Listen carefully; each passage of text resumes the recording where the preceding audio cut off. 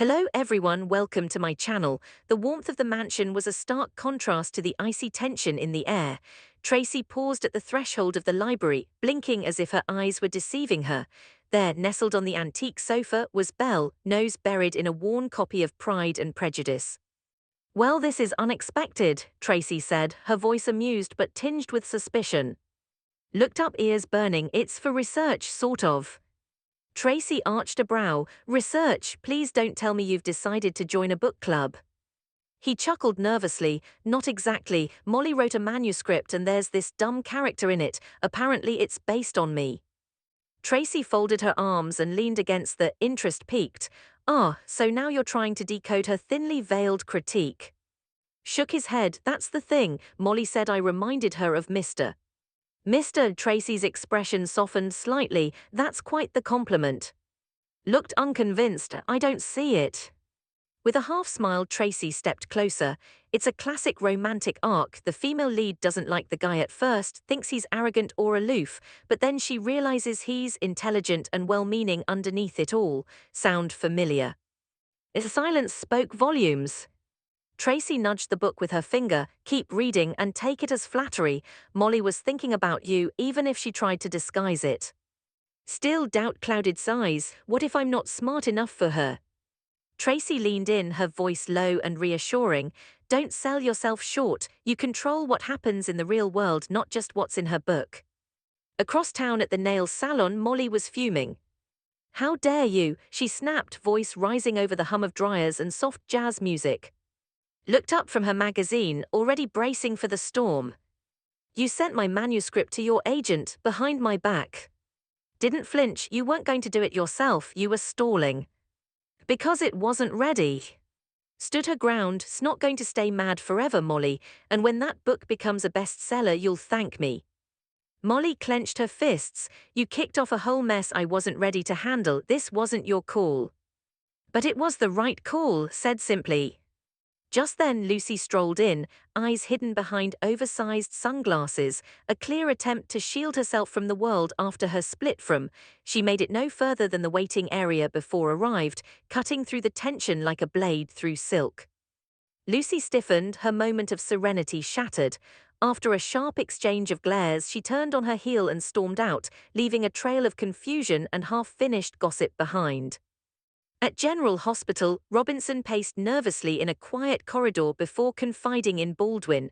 Her heart was knotted with anxiety, the weight of uncertainty pressing down on her chest. I'm happy with Isaiah, really happy, she said, but what if this baby isn't his? His face softened. You're scared it's Curtis. Slowly it would change everything with Isaiah with custody. She bit her lip, haunted by the what-ifs. Took her hand, but not knowing is eating you alive. There was a beat of silence before finally said, then it's time, I'll get the paternity test. Back at the estate, Danny Morgan was trying his best to look like a diligent student as he sat with Alexis. I'm doing a school project, he claimed, flipping through a fake genealogy chart. Alexis peered over her glasses. A project about the... Danny hesitated. Yeah, I need to map out my family tree.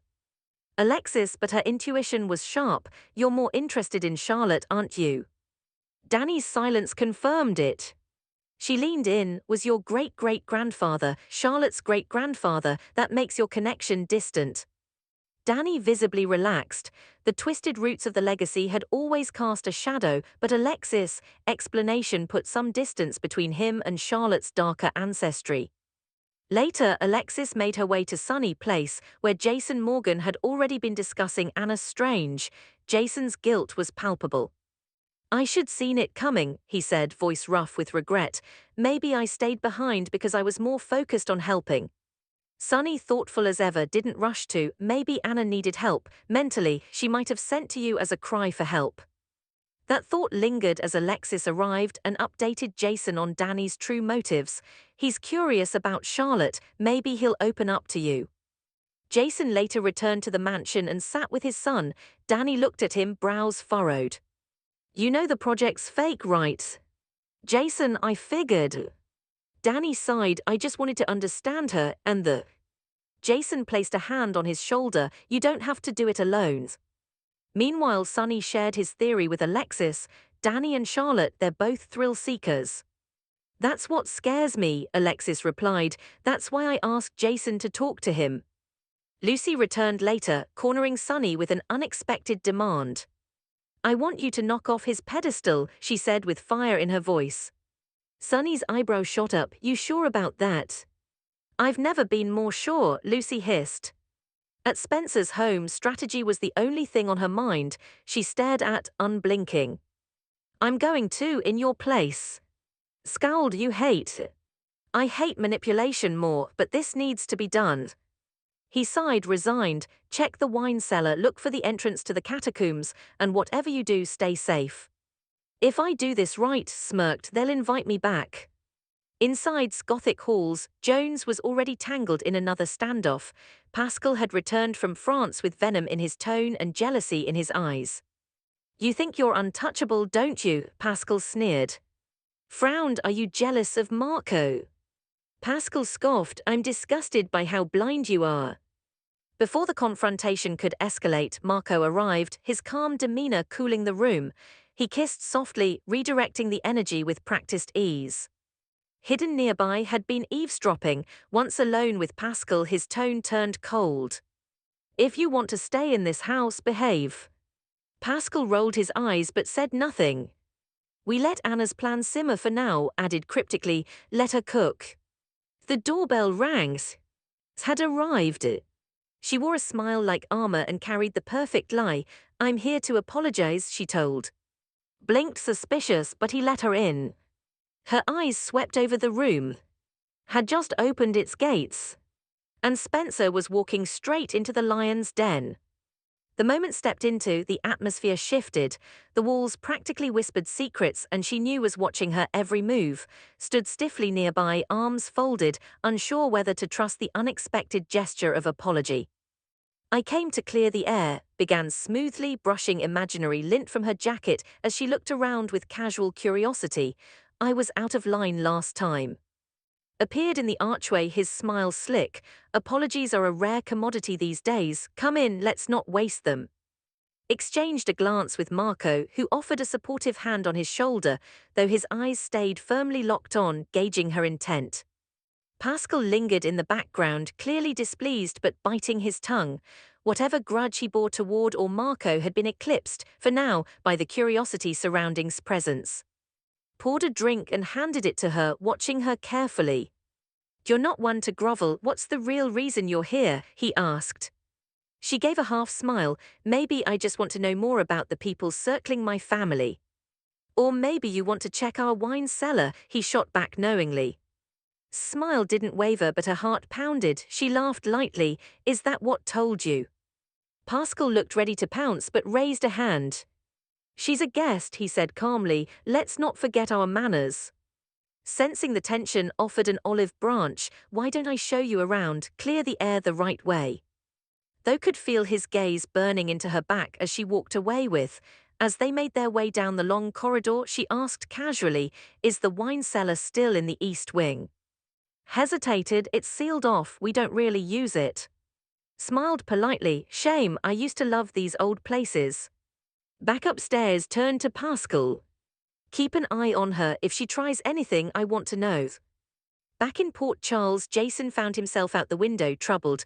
The conversation with Danny had gone well enough, but it had stirred something deeper in him. Memories of his own past, of the chaos of Anna's spiral in France. Too many threads all fraying at once. Sunny, never one to let silence stretch too long, poured 2 glasses of bourbon. You think Anna's really lost it? Jason took the glass, not drinking. I don't know, but the fact that she sent with a message she wanted me involved, that wasn't coincidence. She trusts you, Sunny said simply, even if she's losing her grip. Jason finally took a sip, eyes still distant. Or maybe she's deeper in something than any of us thought. Sunny, either way we watch, we protect our own. The conversation shifted when Alexis returned, her face flushed with frustration. Danny isn't just curious, he's fixated, and I don't want him diving headfirst into the world. Jason slowly, he came to me, I'll keep him grounded. He's a Morgan, Alexis said with a hint of a smile, but he's still half, that blood runs deep. Jason's jaw tensed, then we make sure he knows how to fight it.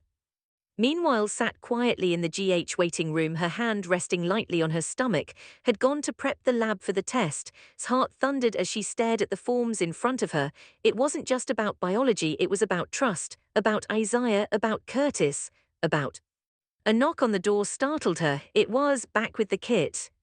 Ready? Hesitated for one long moment, then, yes, no more hiding. As the sample was collected and paperwork completed, felt a shift inside her. A weight finally lifted, not gone but beginning to loosen. I'll call you when the results are in, said gently. Thank you, whispered. But even as she left the room, the gnawing uncertainty remained. What if Curtis was the father? What if everything she had built with Isaiah unraveled? And what if couldn't forgive her again? In the city's beating heart, Lucy was on the move.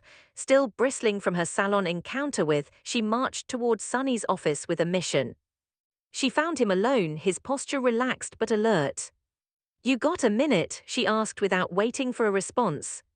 Sonny gestured toward the chair. Always, you look like you've got fire to spit. I want you to take down, she said bluntly. Sonny blinked, then gave a low whistle. You don't hold back.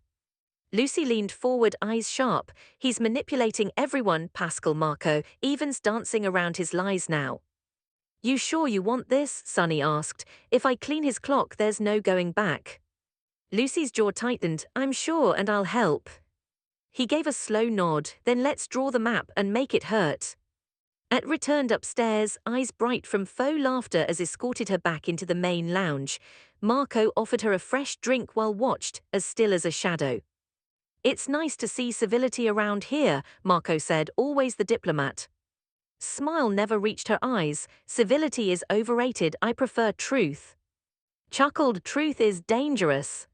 She drained her glass and stood, then I guess I'm exactly where I belong. As she turned to leave, she paused. Thanks for letting me stop by, I hope we can do this again. Grinned, we will. Outside, her breath in the cold night air, but her thoughts were on fire. The catacombs had been sealed, but she was more certain than ever that something was happening beneath surface, and she would uncover it. Sat alone at the nail salon now, picking at her polish, Molly's words echoing in her head. Maybe she had overstepped, maybe sending the manuscript was too much, but in her gut she still believed she did the right thing. Back at the mansion, sat at the final page of Pride and Prejudice. The once confused cowboy now saw something else himself, a man who had been misjudged, who'd kept his feelings close, who struggled with pride and feared rejection. He closed the book slowly, a new determination blooming in his chest. He was going to fight for Molly. Not just because she saw Mr. in him, but because he was finally starting to believe it too. At the Metro Court, sipped her martini with perfect poise. Her brief encounter with Lucy had rattled her less than she let on, but she could sense something brewing. The city was shifting, lines being drawn.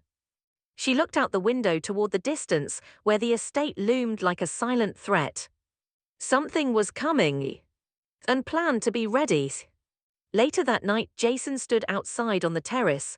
Danny had gone to bed, his questions momentarily answered, but Jason's mind wouldn't rest. The name had already claimed so many. Charlotte Helena. He wouldn't let it touch his son. A phone buzzed in his pocket. Scorpio, a short text. Update on Anna, meets. Jason stared into the night and to himself. Time to follow the trails.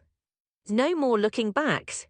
In the darkened halls of, sat in his private study, swirling a glass of wine. Pascal entered, uneasy. She's suspicious. Smirked, good. Pascal frowned, good. If she's suspicious, she'll come back, and that's when we control the game. He lifted his glass in a toast. To the thrill of the chase.